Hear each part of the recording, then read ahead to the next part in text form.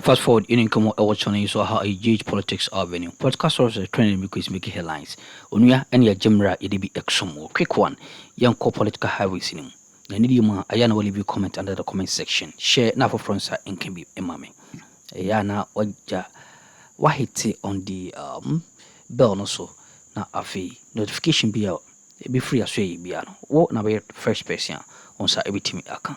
Yanko yinsim Black Rasta etimi edina no ato aye Gifty over Mengsa the ongoing trial about NSS a honsensem na sika yabon kwadu se wakowia every National Service Secretariat no papa yetimi so soja de agoni chema anya asem goto akra at this point in time ensemble yon consiminim the enhwe ne yeko ene de ba aha age politics avenue. Ghana's queen of theft ready for jail now. We have been doing a series. Ghana's king of stolen cars. Kwabna Edubuahin. Ghana's king of fraud. Dr. Sledge. We have also had Ghana's Galamsey kingpins. And we have talked about all these. Today is the 10 for Ghana's queen of theft. And it looks like she's ready for jail. What men can do, women can do even better. Several millions of Ghana cedis stolen. Several millions of money belonging to national service personnel stolen from them. And one person sat on this money, brought on 2 other people, and they blew the money away. We are talking about Gifty Oware. She went to school at the Kwame Nkrumah University of Science and Technology. At the time I had left, many who met her said she was a cool student. But all of a sudden the arrogance set in when she got politically connected and she got the chance to work at the National Service Secretariat, NSS. And there she is sporting the shirt. In 2020, she bought a certain football club called Halifax Ladies. And she changed the name, my brother, my sister, to Berry Ladies Football Club. This one here. Now, Halifax Ladies Football Club was based in Nungwa. And when she bought it, she changed the whole management and relocated it to Medina, where they have an AstroTurf at a place that can accommodate 5,000 people. My brother, my sister, this was 2020. She had so much money. She was a master thief. In fact, now let's get deeper into her story. She bought this football club at an amount that was almost like an arm and a leg combined. It belongs to her. She is the CEO and the owner of Berry Ladies Football Club, formerly called Halifax Ladies Football Club. With all the money, she still called herself poor and decided to take money that belonged to poor people. There was a fund from Get Fund instituted by the government of Ghana to support the education of brilliant but needy students. She found a way to maneuver herself through the political corridors and put her dirty, stinking hands into the fund, pick up money, fly abroad, pay for her own education. Whilst many poor people in Ghana still languished in poverty and had no way to be able to sponsor their education. My brother, my sister, this is Gifty Oware. In fact, there have been controversies around her apart from the theft. This woman here, you know, in our country, Ghana, it is an offense to practice unnatural sex. And what is unnatural sex in Ghana? Homosexuality, lesbianism, transgenderism, and all that kind of sex. My brother, my sister, anal sex, oral sex, whatever does not involve a man and a woman using the penis and also the vagina. If it goes into another hole, except the penis into the vagina, it is unnatural carnal knowledge and is punishable by our laws. She was said to be a lesbian. In fact, how did we get to know that? Her association with Abna Koko. This is Abna Koko, very pretty lady. She had mental issues, and as we speak right now, she's on her hospital bed, struggling with bipolar. It's sad what it is in Ghana. But she's a woman who likes to publicly talk about her sex capades. And Ghanaians know that. And because of a mental state of mind, many people think that they cannot trust her or believe her and take advantage of her. My brother, my sister, she made us know publicly that she has been doing this lesbian kind of sex with Gifty Owari. And she told me in an interview that Gifty called and threatened her to stay away from mentioning anything that they did together in terms of lesbianism. Remember, in our country, Ghana, it is a criminal offense. These are some of the controversies around Gifty. Now, the office of the Attorney General has been looking for Gifty Owari. There are 5 very important things that Ghana Web has been able to table out about Gifty Owari. And I would like you to look at these 5 very important things about her. My brother, my sister, as published by Ghana Web. Gifty Owari Mensah, 5 things to know about the only woman on the GFAX code. Run it, my youth, and watch this.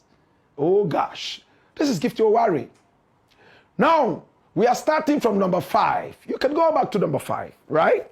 Number 5, politics. Gifty Owari is the staunch member of the New Patriotic Party and played a key role during her time at KNUST. She was part of the Tertiary Education Students Confederacy of the NPP, TESCOM, and contested for the National Youth Organizer position in 2014, but did not win. Did you know that? As a student, she was so active in politics. She was a member of the NPP and has always been a member. Number 4. All right, my brother, my sister, this is Gifty Owari. Let's go. Let's run it quick. All right, Gifty Owari was a student politician, and she made sure that she stood very firm for the NPP. Number 4, football administration. Gifty Owari Mensah is a member of the GFA Executive Council, co-owner of Berry Ladies Football Club, and vice president of Brekum Chelsea. Did you know this? She's also a member of the GFA's management committee for the Black Maidens, the women's side. Number 3, National Service Scheme. That's the NSS, and that's where our interest is today. Owari Mensah served as the Deputy Executive Director of the NSS under the Akuffo Addo government from 2017 to 2025. And look at that period. 2017, when she started, 3 years later, she became so rich, she was able to buy Halifax Ladies Football Club. She was also a member of the Dankwa Institute as the Director of Research and Media Relations in 2014. Additionally, she consults as a financial and investment analyst for Owari Fruit Juice Company. And who owns Owari Fruit Juice Company? Your guess is as good as mine. Run it to number 2. All right? My brother, my sister, this is Gifty Owari. She is a career woman. She began a career as an events and marketing manager for Reflex Marketing Plus in Accra from 2011 to 2014. And then finally, number 1. Let's go back to 1, please. 1. All right? And pay attention. Education, she went to several schools in Ghana and ended up at the Kwame Nkrumah University of Science and Technology. My brother, my sister, this is the woman we are talking about. That's it away. Gifty Owari-Mensah. She got married and she was able to pull her husband into her thievery. They took loans from the Agri Development Bank using the National Service money as collateral. Do you understand? She was able to take millions from the coffers of the National Service, send that straight into her own personal account, and she used that to get loans for herself, her husband, to blow around. And the boss of the National Service scheme at the time, my brother, my sister, joined hands in the thievery. Now let's look at the report of the Attorney General. What is Dr. Dominic Akuritinga Ayini saying about this lady? And that's it. Full details of the AG's charges of stealing, money laundering against Gifty Owari-Mensah, one woman, Ghana's queen of theft. Now, the Attorney General and Minister of Justice, Dr. Dominic Akuritinga Ayini, has signed a charge sheet against the former Deputy Director General of the National Service Authority, Gifty Owari-Mensah. Now, the 6-page charge sheet filed on Monday, that's a couple of days ago. In fact, that's just yesterday, October 13, 2025. Lists 5 counts against the former Deputy Director General, including stealing. So you see, we are not making things up. Causing financial loss to the state and money laundering. Now, the charge sheet also includes brief facts detailing how Gifty Owari-Mensah allegedly caused a total loss of 38,458,248 Ghana cedis and 87 pesos to the state. 38 million Ghana cedis. And this is the charge sheet. And when you look at it, she is just taking money that is meant for poor national service students. I've been a national service person before. The monthly stipend is so small. Some of us got posted to very seriously hidden villages. Water was even a problem. Drinking water, let alone water to bath. Some of us had to wait for the rain to fall and then we'll jump in the rain and have a shower. Where there were rivers and dams, we'll just jump into the rivers and dams and take a shower. Sometimes you'd have to wait for 3 months before your monthly allowance would come. My brother, my sister, Gifty Owari, took so much money, over 30 million Ghana cedis of national service money, according to the Attorney General. And you know what she did with the money? She transferred it into her own account and said she was going to supply some utilities to the national service people. Did she do it? She didn't. She contracted herself, her own company. We are going to supply this to national service people, and took over 30 million. And she never supplied anything to national service people. No matter how much they cried, she didn't care. Poor students had to suffer. All the things she promised she was going to give to them after taking their money, millions of Ghana in the whole Ghana, she sat on the money and grew her pot belly. Built her own football club, according to the report. Today, my brother, my sister, oral is biting. Operation Recover All Loot. Gifty Owari is in the claws of the law. Will she escape? What is she going to say? Information reaching me has said that she and her husband have agreed that they will pay back the money, part of the money that they took? Will the nation just take the money back and say, oh, you are angels. Once you pay the money, you can go? Or will there be other sanctions? The Attorney General is very angry that this woman here had all the time in the world to be able to serve Ghana. But she took advantage of a position and stole from the people of Ghana.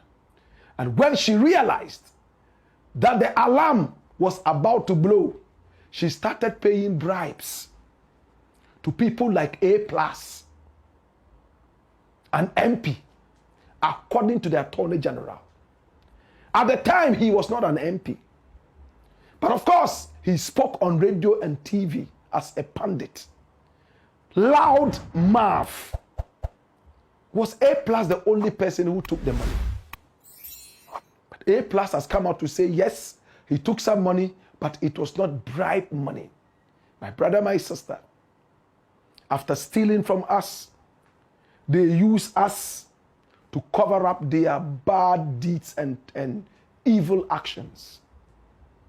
Today, there will be some lawyers who would go and defend this rot and swear an oath that these people stole nothing. Yet, deep in their hearts, they know that they are defending thieves. They say the law is not a moral ground. The law is the law. Ghana's queen of theft, is she ready for jail now? Would her husband join? And would her own boss at the NSA join?